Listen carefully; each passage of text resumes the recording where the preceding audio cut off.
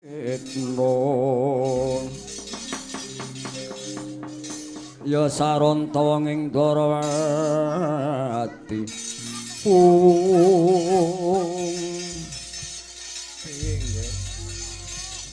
putraku nggir Indra lan Brahma bisa antuk karya apa ora anggonmu ngundurake paramuka saka negara Giling Wesi. Waduh, ngaturaken ketiwasan Rama. Inggih ngaturaken ketiwasan. Dinten menika sedaya para Jawata sami kasoran juritipun mangsa yuda kaya Nalendra saking Giling Wesi Prabu Kala Pratana sak langkung sekti mandra guna prayajaing jurit Palugun.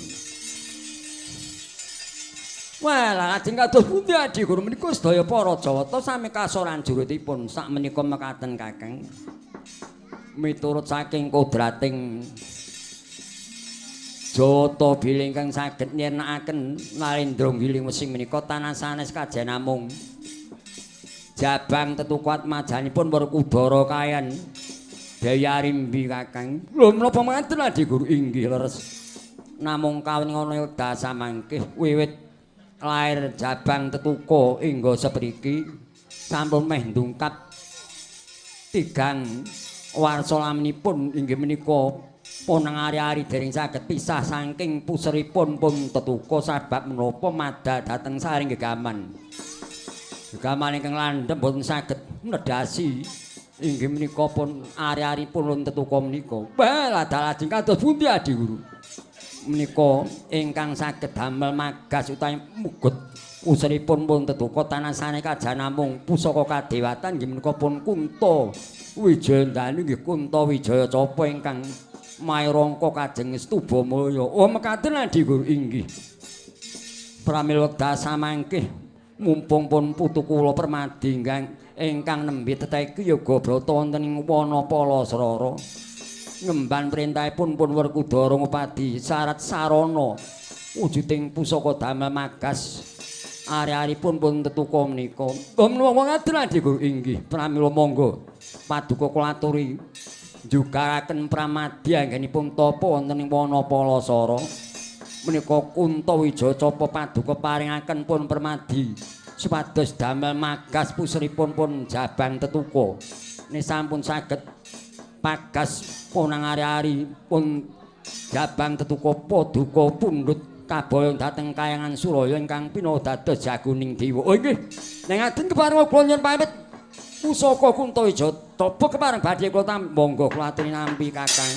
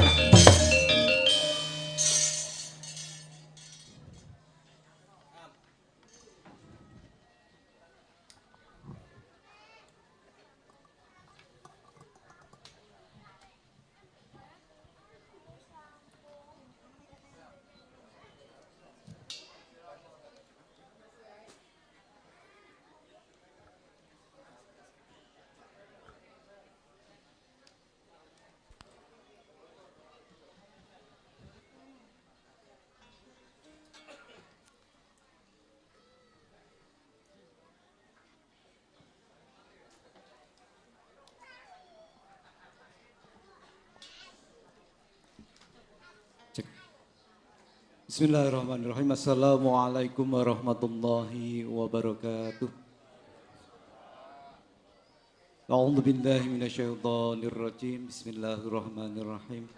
Alhamdulillahilladzi anzala sakinata fi qulubil mu'minin. Asyhadu an la ilaha illallah wahdahu la syarika lah wa asyhadu anna Muhammadan 'abduhu wa rasuluh. Allahumma salli wa sallim wa barik ala hadha nabiyil karim sayyidina wa maulana Muhammad wa ala alihi wa ashabi ajma'in wa salam tahliman katsira amma ba'd. Mugi wonten arsanipun para pinisepuh, para sesepuh, sesepuh ingkang kakina bekten. Mugi wonten arsanipun para nayakaning praja satyaning kari kang Bapak Budi Darmo. Mugi wonten arsanipun para alim ingkang tansah kita takdimi fatwanipun. Mugi wonten rasanipun rombongan ringgit wajucal ingkang mijil saking Dempokan Sambi ingkang bagya mulya. Sangyanging para tamu putri miwah kakung ingkang satuhu kinurmatan. Kawula nuwun sewula panyuning ageng samudra pangaksami dene kawula kumawantun gempil kamartikan jenandika sami. Nyigek angin penyan sami wawan pangandikan sinambi mirsani ringgit wajucal wonten ing dalu punika. Aurat muni dawuh saking penyanipun Ibu Srimah sekeluarga sak putra wayah kinen matur wonten ing dalu punika ngaturaken enggah wedharing gondo babareng setya wonten ing dalu punika. Ananging saderengipun sumangga kawula dherekaken tansah ngunjukaken raos puja puji dalah syukur wonten rasa dalem Allah Subhanahu wa taala ingkang tansah paring mapinten-pinten nikmat rahmat taufik hidayah inayah lan sanes-sanesipun dumateng kula telah penyan sami katiti wonten rikalengan dalu punika penyan saha kawula saged makempal wonten ing papan punika kanthi kawontenan sehat wal afiat boten wonten alangan setunggal punapa. Ingkang salajengipun shalawat sarta salam mugi tansah kasanjungan dhateng uswah kita junjungan kita Nabi Agung Muhammad sallallahu alaihi wasallam ingkang tansah kita wantu-wantu menggah syafaatipun wonten ing yaumul qiyamah. Sangyang para tamu putri miwah kakung kawula hormati ingkang salajengipun wonten ing kalodhangan dalu punika kawula pinangka sudesarira penyanipun Ibu Srimah sekeluarga ingkang sepindah matur nderek ngambari ngaturaken sugeng rawuh kunjuk penyan sami sugeng raharja ing mbok pilih kala wau tasih wonten ingkang dereng jawat asta ngaturaken kenging panuwun tanpa pepindhan dene penyan sami sampun kersa rawuh wonten ing dalu punika saperlu paring doa restu wontenipun tasyakuran awit dawuhipun Sri Atmaja sekalian. Sayang para tamu putri miwah kakung kula hormati wonten ing dalu punika dinten Senin Legi Surya kaping kalih Oktober warsa 2023 penyanipun Simbah Srimah ngadahi hajat tasyakuran awit anggenipun mala kramekaken wayahipun ingkang sesilih pun Bagus Dana Satria Putra putra jalu saking penyanipun Bapak Zumalin sekalian Ibu Siti Sri Keswati kalian Roro Ayu Arini Wahyu Utami putra putri saking penyanipun Bapak Agus Suharjo sekalian Ibu ingkang pidalem saking Sleman Yogyakarta. Derek memuji mugi-mugi Sri Atmaja sekalian dados keluarga ingkang sakinah mawaddah warahmah. Pininggang kula hormati wonten ing dalu punika penyanipun Ibu Srimah ngawontenaken tasyakuran kanthi ngawontenaken pagelaran ringgit wajucal sedalu natas kanthi lampahan Gatotkaca Winisuda ingkang badhe kababar penyanipun Ki Dalang Ki Gondo Wiyono Carita saking Dempokan Sambi. Awit saking menika sumangga ing manggih mugi hanya kecakno inginipun lenggah sinambi mirsani ringgit wajucal sedalu natas.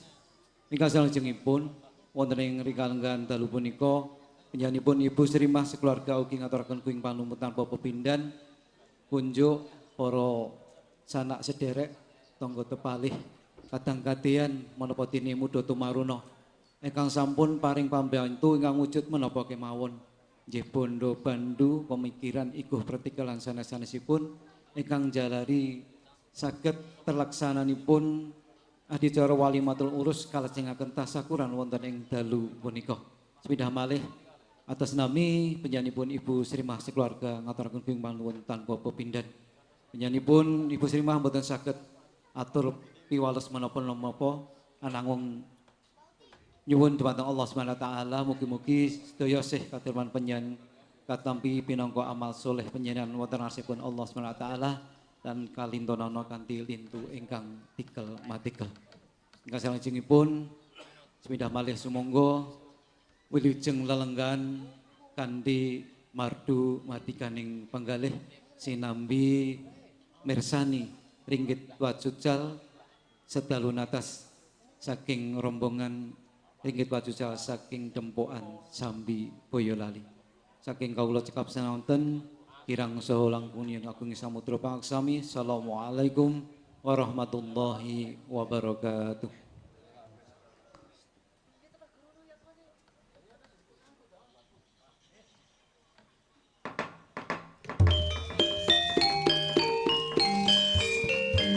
Sikra kang bala tumingan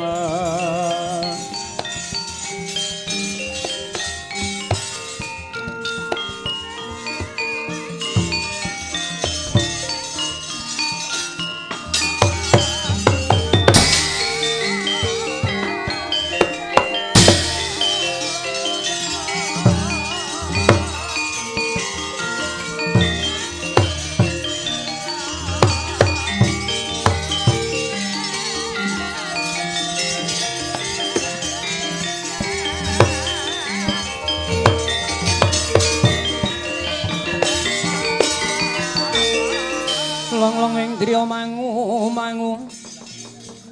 mangungkung kandhuan remeng lelena tanpa kanren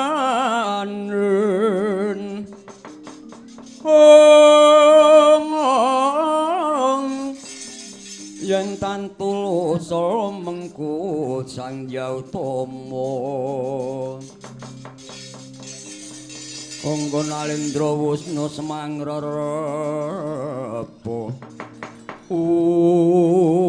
kuwi ladalah ya jagat ya dewa Bathara Wacisaning Bathara jagat wangune Rama Pekulun Bathara Guru bakal maringake Kunta Wijayandanu lan Permadi nggone teteki yoga brata ana sakjroning wana Palasara ing mangka putraku kang aran ya kuwi Suryatmaja utawa Suryaputra yoga tapa brata ning wana Palasara arep dikaya ngapa ya kuwi isih klebu anakku dhewe Suryatmaja kuwi merga kuwi anak Kunti Nalibrata malah putra pembayung to putra mbarep Suryatmaja Suryaputra kuwi mbiyen anak Dewi Kunti nalika Kunti mangsih kenyata isih prawan wis tau tatik meguru lan Begawan Drwasa diparing aji Kunta pawekasing rasa sabda tunggal tanpa lawan mongko aji panggendaman mbok ya arep ngendam ngrawake dewa sapa wae bisa teka lamun aji kuwi mau diwatek ning sirikane nuju adus ora kena diwatek ning Drala Dewi Kunti jroning adus matek aji Kunta pawekasing rasa sabda tunggal tanpa lawan mongko jroning adus kesorot Suryata kena soroting srenge mongko jeneng ulun iki dewaning srenge ngaranku Bathara Surya padha karo Kunti ngrawake marang jeneng ulun mongko dewa ki nek tumurun ngacapada kudu bali kuwi entuk gawean dasar Kunti isih kenyom wewek-waja wah lan arep dikaya ngapa kudu gelem saresmu utawa cumbana marang jeneng ulun satemangger bini Dewi Kunti nganti Raden Basudewa kadange Dewi Kunti duka yasiniping atase isih kenyata isih prawan kok dadi weweka Jata nggerbini. Banjur mbunggakake mang Begawan Durwasa. Saking pintere Begawan Durwasa, Kunthi Disidikara bayi lair metu saka kuping mula dijenengake Karna lan tak tambah jeneng yaku Surya Putra. Surya sangka jenengku putra anakku ya. Ora urung Kang Rama ya ora bakal. Ya kuwi nikahake marang jeneng sira nggih gandeng iki Rama Pekulun Bathara Guru marangake Kuntawijayandanu. Lantaran Siwa Narada wis aja semlanggar kuwi ning pusaka. Kadewatan pusaka ngampuh kang gegirisi besok lamun to ana lakon gedhe kang aran Perang Bratayuda muga-muga bisa kanggo piandhe marang jeneng sira nggih. Saya putra kowe banget welas nalika kowe lair nganti lebokake ana gendhaka dikelekake samudra ditemukan. Ya kuwi Prabu Adirata ing Mertaplaya kowe klithing digedhekake semono nggih ya. Sreng bakal tak tutupi Siwa Narada kadhe ben bingung nggone maringake wujuding Kuntawijayandanu.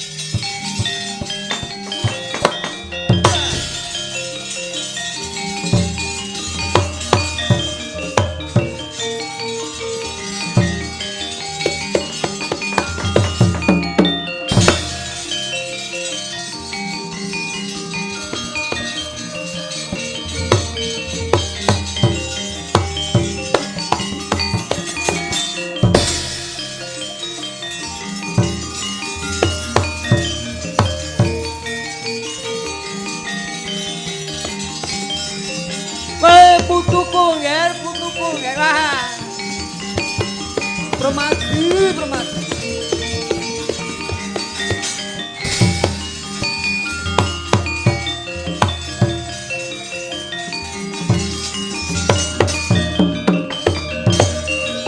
Adalah putuku Permadi nggih. Kowe ketrima nggonmu tapa brata ana ing Wanapala ya nggih.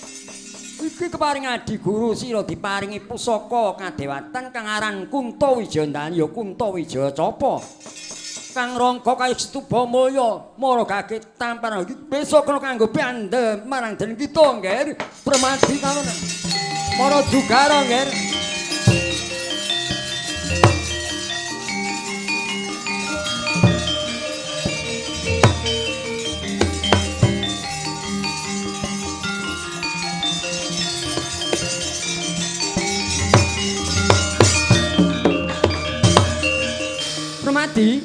Permadi, kula nenti mbang dawuh. Wah kok Permadi kok ndengaren suarane mung cilik men piye iki bocah.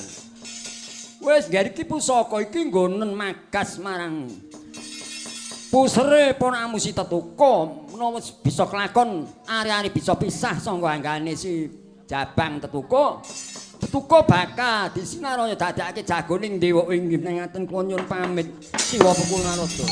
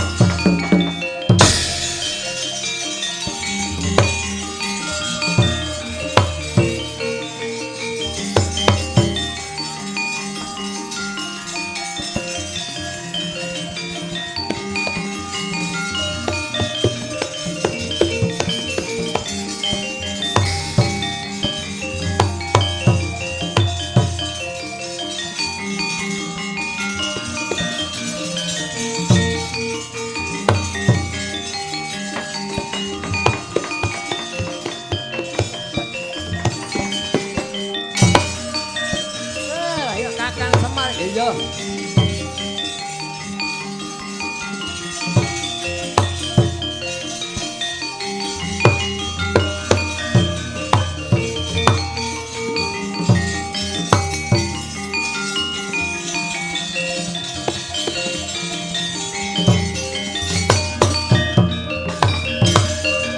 Lah iki kok wangune Kakang Semar iki. Iya Naradaku. Ya iki bobote nggonku ngreksa kandharaku Permadi nggone tapa ana ing Wana Palasara anggayuh kanugrahaning Jawata supaya entuk pusaka kang luwih landhep kanggo magas. Ya kuwi pusrendaraku Jabang Tetuka. Lah wis tak paringi to. Kakang Semar ki piye lho? Lah kok kowe kok mene Ndara Permadi mari ngopo? Lah kuwi mah genah momong Permadi wis tak paring wujuding pusaka Kuntawijaya Danu ben kanggo magas. Pusre ya kuwi si Tetuka. Lah kowe aja ngawur Narada. Kowe aja ngawur. Nyatane aku ngreksa ndaraku sepeno. Kowe lagi teko iku kowe dadi ngawur. Belah tak kleru aku. Nah, kaya ngono kuwi.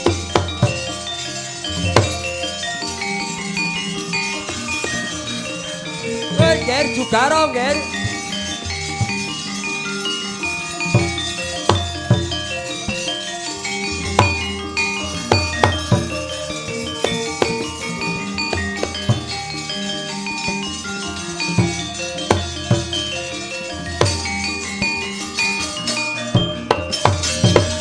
Ya bala pandom ya gumulung ing sata Kurawa. Kurawa kambaku nggih. Bola dalah pergendong pragendong papapong. Nangka basa kemropyok kali betone weh putuku ngger. Permati sak temene kleru kang kula niki mau. Klendho kados pundi? Lah kowe nyatane mula dewa kuwi sing ati-ati kudu sing mawas titis. Kowe ngerti merga sing tapana jroning wana Palasara mau ana loro, siji ya kuwi Suryatmaja Surya Putra bocah sanga merta perlaya. Ping pindho ndaraku Permadi. Lah kowe kleru nggonmu maringake. Lah piye to Kakang? Kowe ngger Permadi tututana. Suryatmaja kuwi munggah celak kadon nggih nggon pangestu.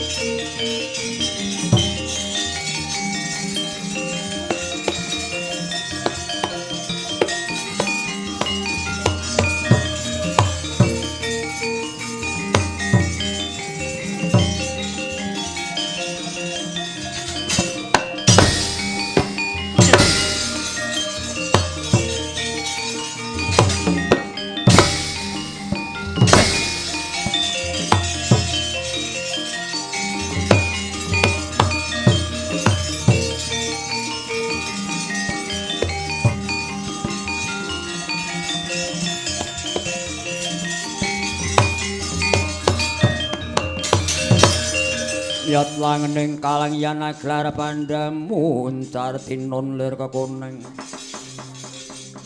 surem sorote tanpa adang ikono bocah bagus kang mendek-deki nggon klumaki yen ora kleru iki kaya kadangku Yai Permadi. Iya ora kleru sira Kakang Surya Putra ya Kakang Suryatmaja. Ana wigati apa Yai? Ya Kakang sak temene aku ngemban perintahe Siwa Pukulun Bathara Narada. Wa Narada nggon maringake Kuntawijaya Ndan mau karepe mengkono bakal diparingake marang adimu lanang Permadi nanging kleru diparingake marang Kakang Surya Putra. Banjur aku adawan njaluk bane pusaka Kuntawijaya. Wah enak temen muwusmu Yai.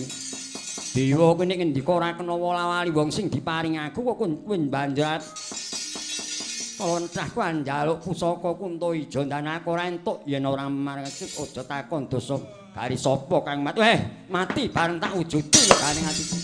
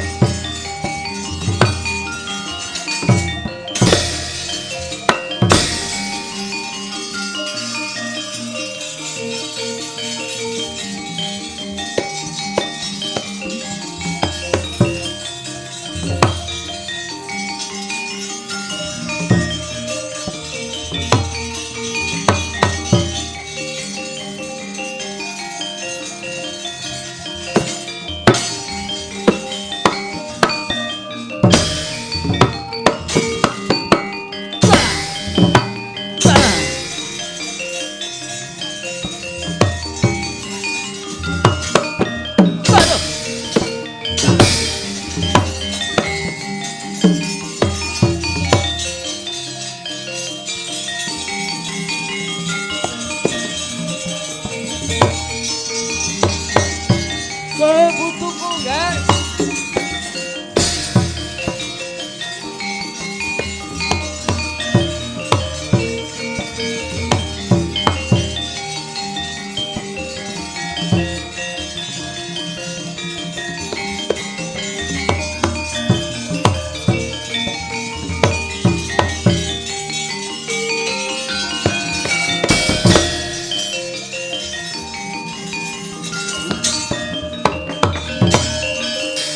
Ya bala pandom yuk gumulung ing sata kura kambah kungke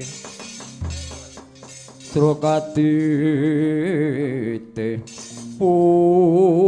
bola dalah putuku ngger aduh kados pundi Sima Narada wangunipun anggen kula badhe nyuwun wangsulipun Kuntawijayandanu boten pikantuk karya namung kula pikantuk wujuding rangka menika kados pundi yang bekulun wong pusaka ing langkung landhep kewala mboten saged nedhasi kayan puseripun anak kula tetuko lajeng menika namung wujuding rangka wis mengkene ya nggih wis ora perlu ndatak getun gedung kudu kodrating dewa jeneng kita wis ya mung entuk rangka wis terima-terima nggih najan mung kuwi rangka niku kuwi kayu sing dienggo kayu Kastubamaya kayu Kestuba Jati kuwi kayu saka kayangan kuwi ampuh dayane ya nggih menapa mekaten ya dina iki kayu dina iki mah enggak mrepeki marang Kadang Musi Werkudara rangka iku nggo magas ya kuwi ari-ari tetuko mbok menawa mesti bakal entuk karya meneh ngaten monggo kula dhekaken Siwa Narada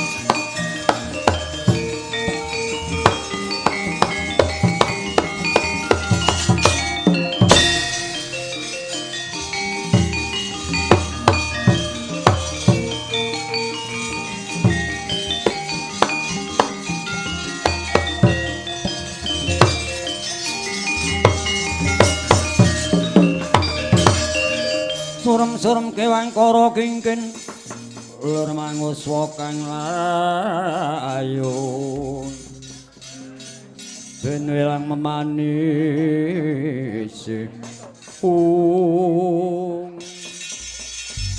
wah iki wangune kakek Narada padha becik ya ngger iku wis tak tampa pengestune bangulun tampanon ya ngger ya tak gegem tangan loro dadi jimat kula ngaturaken pangabekti kula pekulun kula inggih ngaturaken pangabekti kula pekulun ya Kresna lan Puntadewa wis tak tampa kita ngaturake pangabekti marang jeneng ulun kula inggih ngaturaken pangabekti kula pukulun sarapatuka wonten ing negaring pringgon menika. Ya nggih Narimbi tak tampa banget manari mangku jero ngaturake bekti marang jeneng ulun.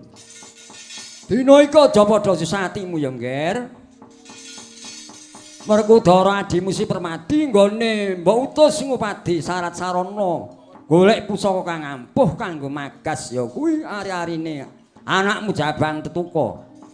Ya mengki mung entuk kayu Kestubama iki rangkane pusaka Kuntawijandanu. Wah, apa tedas. Wong gaman sing landhep padha melot padha guwang kabeh tedas. Kun magas bisrip anakku Tetuka kuwi mung rangka mung kayu kaya mengkono kok bisa menentuk gawe. Lho aja nyepelake ya nggih nyambak kayu. Niki kayu sanga kadewatan ampuh daya pangaribane.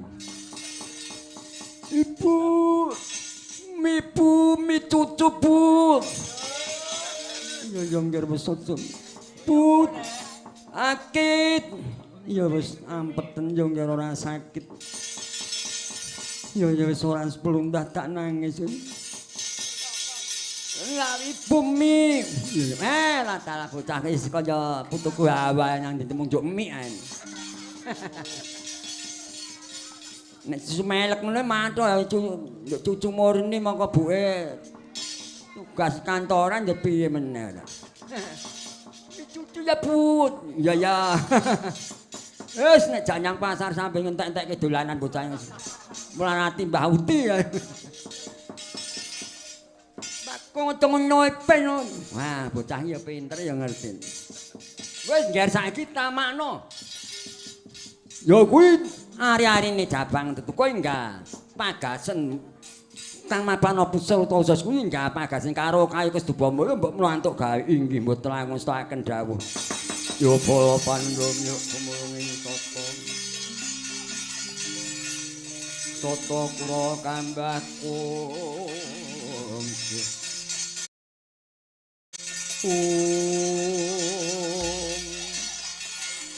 Katarika kaya mangkono.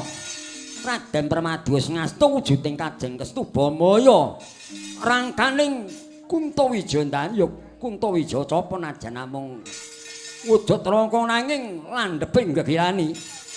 Ana ing kahanan sareng rangka Kestubama nembe kaangkulaken wonten ari-ari sang Jabang tu padha sakula saged tugel ista wujuding rangka Kestubama mancing dhateng pusere si Tetuka kagot benggal. Kaget Bu.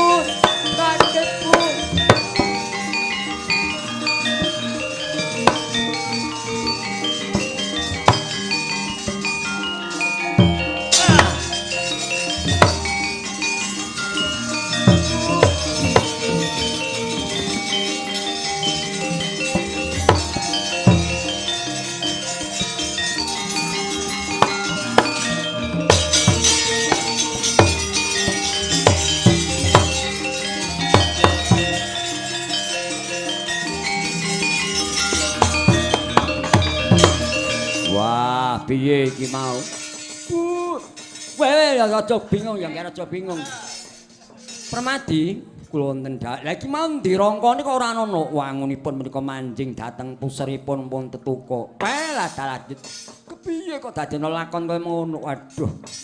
Kepiye Permadi kok dadi rangka wujud kayu manjing ana puseri si Jabang Tetuka ki piye? Wah, iki piye anakku? Ngono lakon kok kaya mengkene.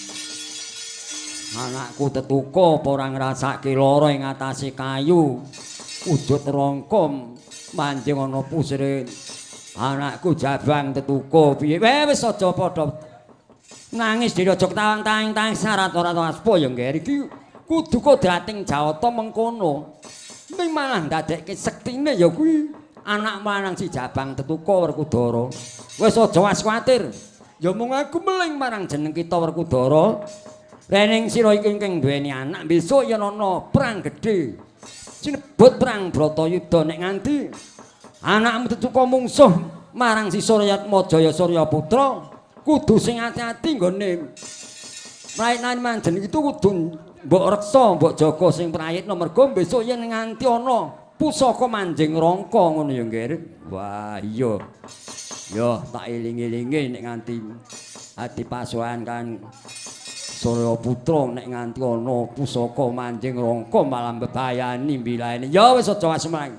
Dina iki dawuh Adi Guru, anakmu Jabang Tetukon bakal sinaraya dadi jagoning dewa kinen nirnakake Nalendra. Inggih Gusti Prabu kala pracalan pati sekipu. Wah, icatase bayi cek lembut cek abang dadekke jagoning dewa kon mateni. Ratu ning buta apa bisa kelak. Wis aja wasemelang. Wis yen ana apa-apa wis. Aja seneng besok putra malah dadi bocah kang sekti mandraguna kang gegirisi. Ya sak karepmu. Sing baku kudu praekno ngomong ae di anak. Ya dina iki tak bonyang kayangan Sulaya ya. Ayo ya. Ibu.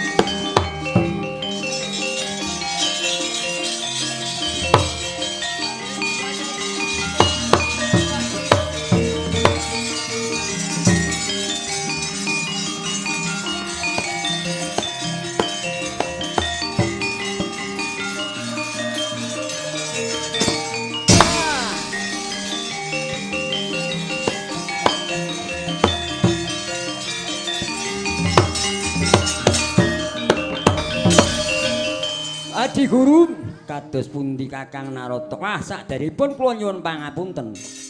Anggen kula paduka dawuh maringaken Kuntawijaya Danu kala wau.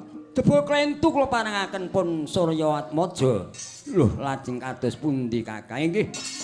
Lajeng dipun sun wangsul kampun Permadi nanging Permadi namung pikantuk rangkanipun. Damel magas pusenipun pun Jabang Tetukul nyatanipun sampun pikantuk damel namung Ponang Rangga menika manjing dhateng puseripun pun Jabang Tetuko inggih mboten dados menapa. Sakmenika paduka boyong dhateng merpat kepanasan pinurih mapakaken kaliyan Prabu Kala Pracana Pati. Nuwun pamit Adi Guru. Ayo, Ger.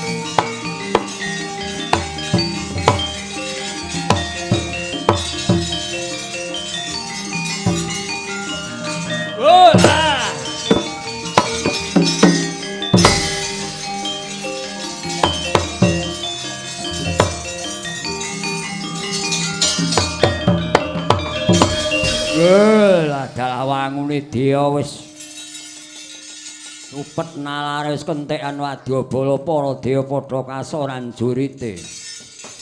Iki ngatasi Jabang bae dijokke palagan dijokke paprangan ki dayane sepira. Kowe jenengmu sapa? Jenengmu sapa? Kowe kok endah nyuwara bocah wewang wis rada gedhe iki. Ya aku Prabu Kala Pracana, aku Patih Sekipu. Kowe jenengmu sapa? Aku Jabang Tetuko. Kowe dadi jago. Ora badhok dina iki kowe, Pak.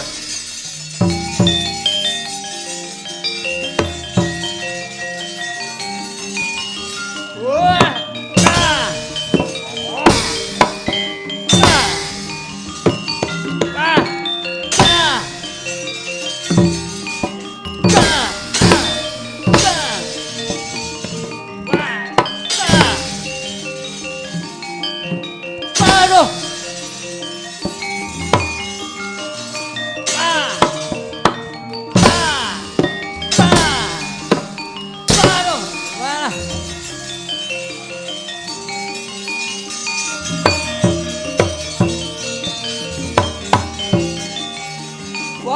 Sono.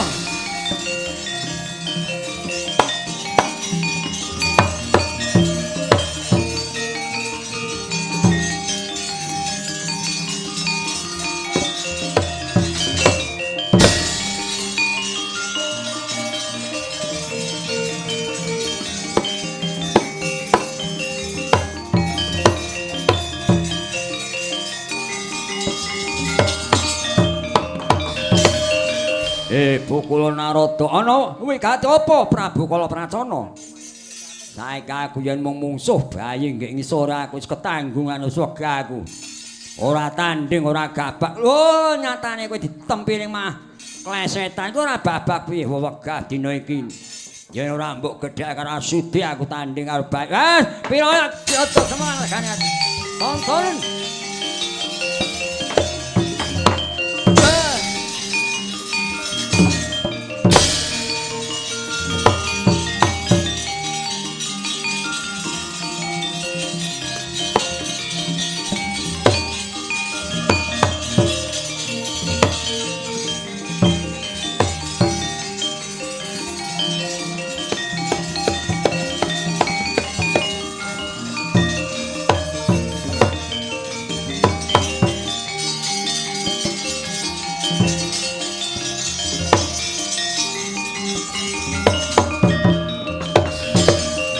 Kadosa pundi kakang Kaneka Putra? Wah, lajeng kados pundi Adi Guru, Adi Guru. Kalapracana Patis Kibu mboten purun menawi dipun tandhingaken jabang bayi kados ngaten. Nyuwunipun kedah dipun agengaken supados saged gebak ngenipun Bandayuda. Oh inggih. Nggih Empurama Yadi kula timbang dawuh. Saiki dina iki jabang tetuka iki mara cemplana kawah Candra Dimuka jedinen karben bisa sekti mandra guna lan bisa sinengkake marang kadewasaning jabang inggih mboten ngestakaken dawuh. Rama kula namung kula gadah panyuwun sedaya para Jawata supados sami nglepasaken wujuding senjata pusaka ingkang landhep-landhep kelawat nyemplungaken wonten kawah supados saged amimba sektinipun jabang. Ya wis aja wasum langit payung nggih.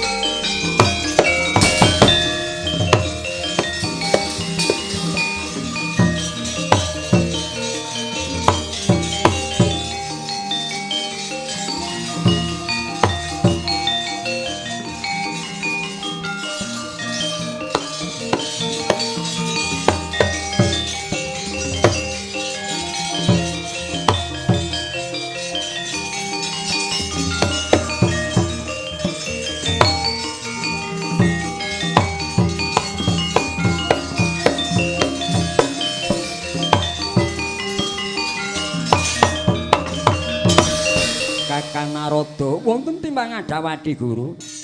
Sakmenika tetuka sampun dipun jedhi wonten ing Kawah Candra-Dimuka. Badhe kula kenten wujuding busana kangge usananipun pun tetuka menika. Monggo Glatir paring busana dhateng pun tetuka.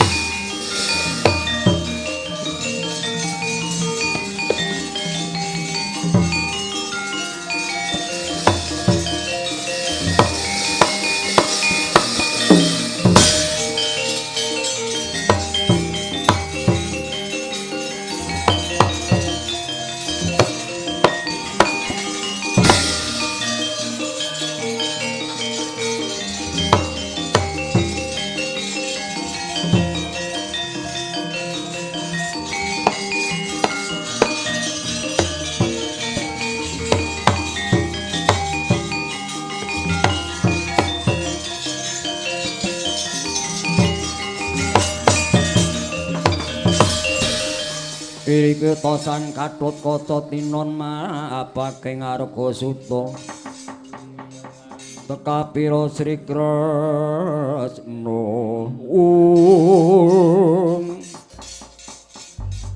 Ya jagat ya dewa Bathara asisaning Bathara jagat. Iku ana menungsa loro ngadhep ana ngarepku, kowe jenengmu sapa? Lan aku jenengku sapa? Welah dalah. Kakang Narada. Weh, kula timbang Adawadi Guru wangune bocah menika tasih alit sejabang inggih mboten pun jamak imrahipun dereng saged basa dereng saged tata krami inggih mboten dados menapa Di Guru. Nggih. Sira iku aranmu Jabang Tetuka ya nggih. Aku jenengku Tetuka. Lah kowe sapa? Ulun Bathara Guru, aku iki ratuning dewa. Lah kang lenggah ana mburimu sapa? Aku Bathara Narada ya nggih. Wah, dalah ya. Mengkene nggih mangertiya. Sira iku sak temene atmajane saturing munggul pamenang Raden Werkudara ibumu Dewi Arimbi.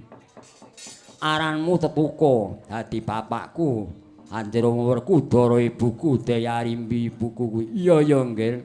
Mula sira wis katon dewasa, dina iki sira wis tak paringi busana kang mapan marang jeneng sira kang aran wujud caping Basulanda kang wis mbok agem kuwi daya pangaribawane. Menawa sira udan ora kudanan, panas ora kepanasan. Waduh, aku diparingi caping Basulanda. Iya. Lan sira tak paringi wujuding kotang antara kusuma.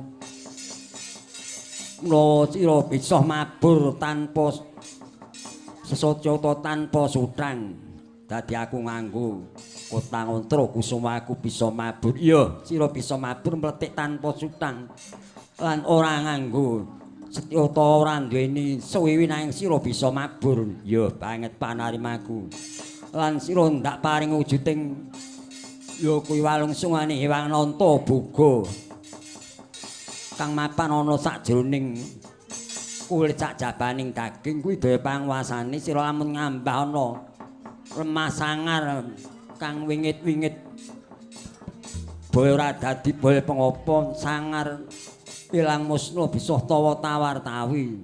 Ya dadi aku diparingi walungsane Ananta Boga kena kanggo menawa aku ngambah ana lemah sangar kang wingit kang gawat-gawat ora dadi boy pengopo. Iya nggih. Mula dina iki jeneng kita nggih Seksenara jagat sak sira tak paringi tambah jeneng Raden Gatotkaca kowe ya.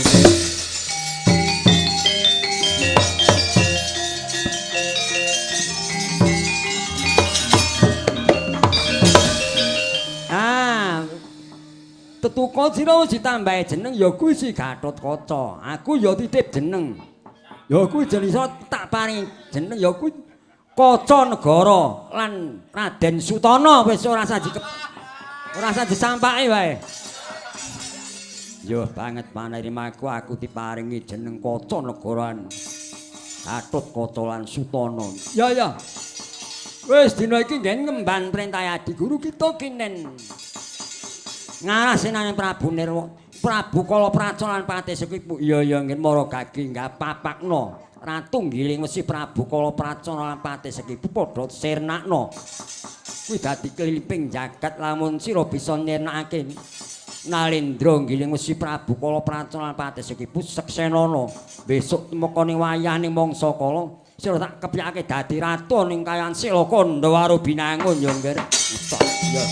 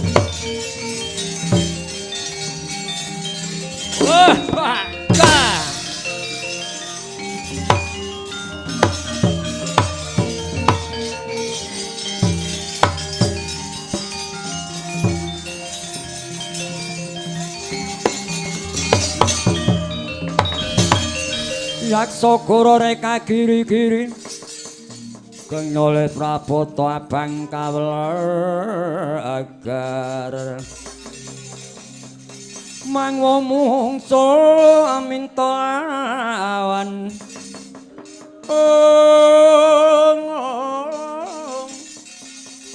aminta lawan terus ngareptun Sadya sonar sambadhok-badhok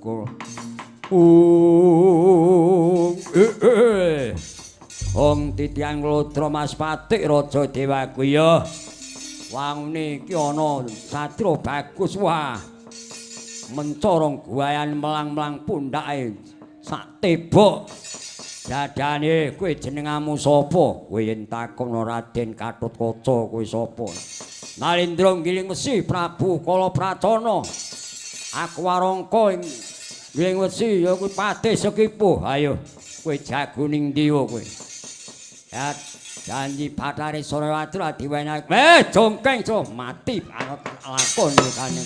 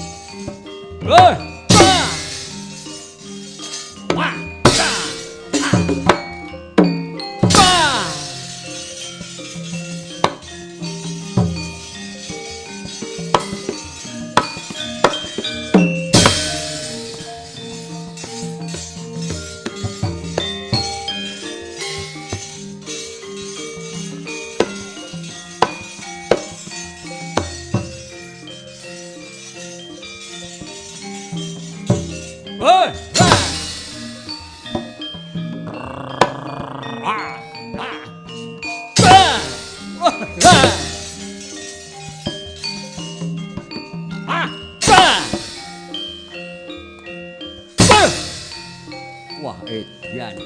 Wah.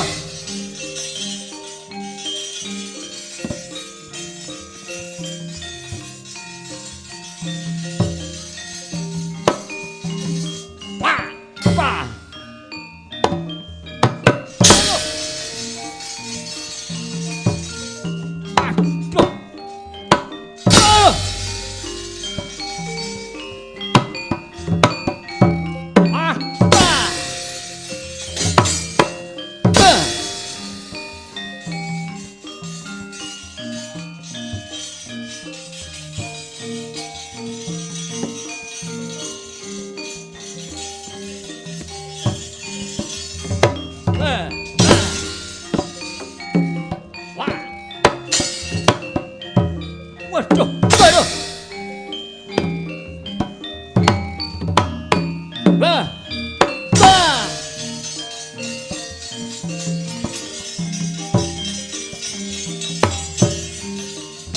Wah. Wah. Wah.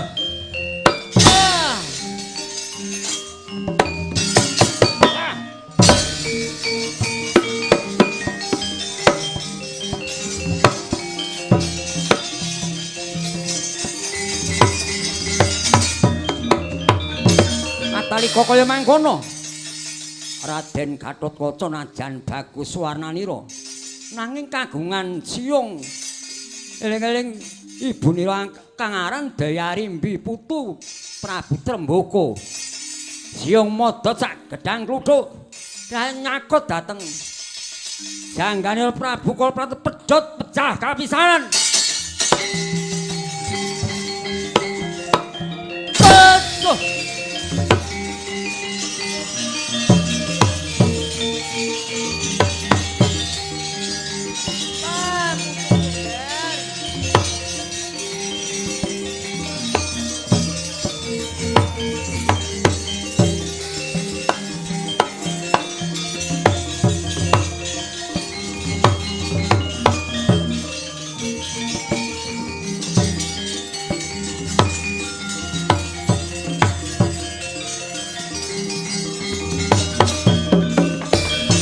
Wah, dalah sekti mandra guna tenan kowe ngger, wong bapakmu Werkudara. Satria gegirisi.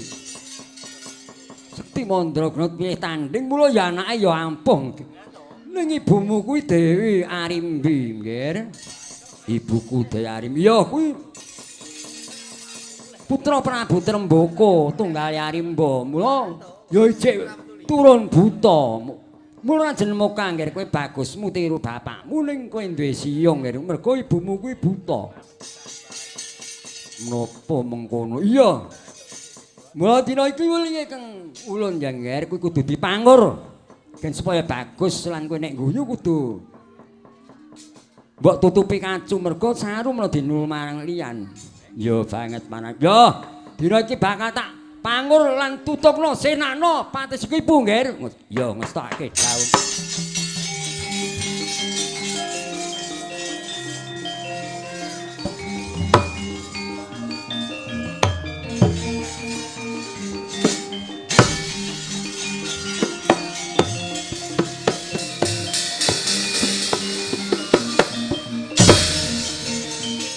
Wes tutupno ngger.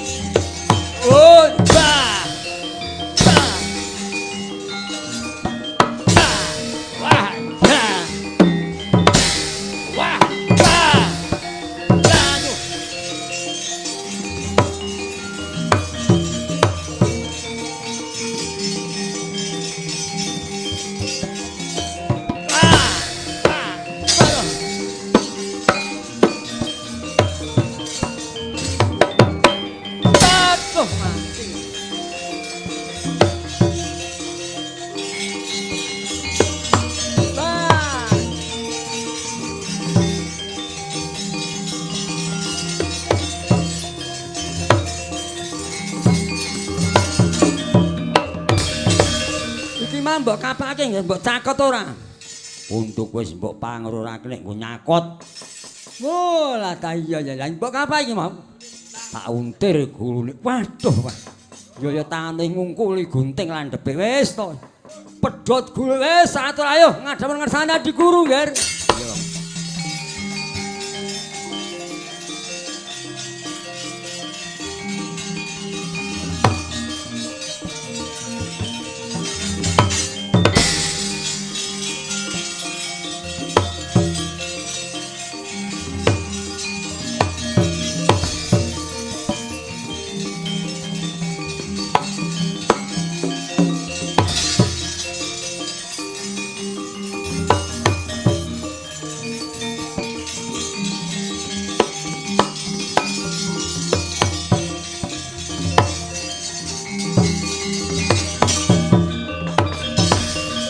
Kados pundi Kakang Narada inggih Adi Guru wangunipun kewayah pun Gatotkaca sampun pikantuk damel. Prabu Kala Pracana Patih Sekibu sawadya balipun saking negari inggih wuji sami pejah sedaya. Pun boten wonten ingkang sami gesang. Inggih syukur sekedhi jemurung Kakang Narada. Nggih Gatotkaca ana wigati apa pukulun Bathara Guru. Ya banget tarima kasih jeneng ulun kita bisa gawe pepadhang ana Kahyangan Suralaya ya nggih saking bunga buahe atiku iling-ilingen lan ceksenana besok menawa wis tumeka wayaning mangsa kala sira ora ketang mung sakmure jagung suwene mongkung muni jagung kuwi mung 3 sasi ora ketang mung 3 sasi sira bakal tak kepyaki dadi ratu ning Kahyangan Silakanda Warubina jagat sing sasi.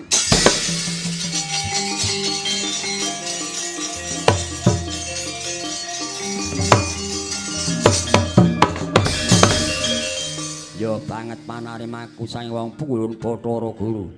Yen mengkono aku arep bali nang Arca padha goleki bapakku Werkudara ibuku Dayarimbi nyuwun pamit. Ya nggih. Sangoni Basuki nggih.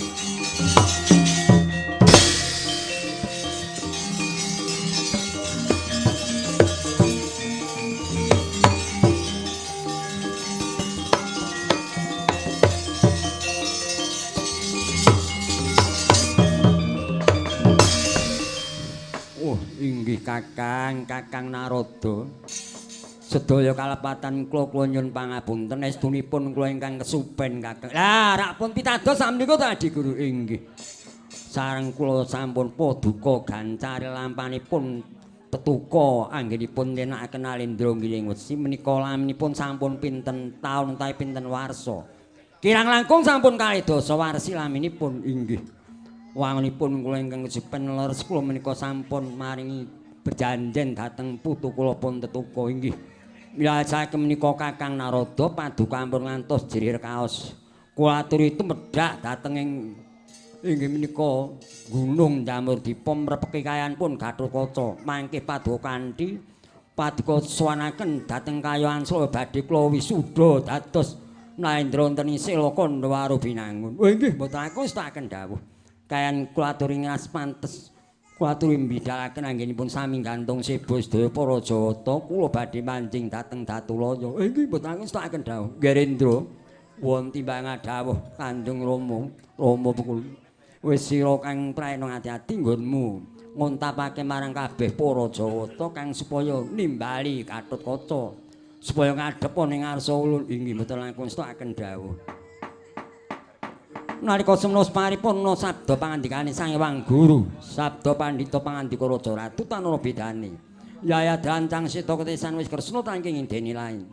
Sang Hyang Guru siga manjing dhateng Mayang Arum Gupit Mrandra gini kalamun Cinandra Yayah binayang baeng kari tindak ira.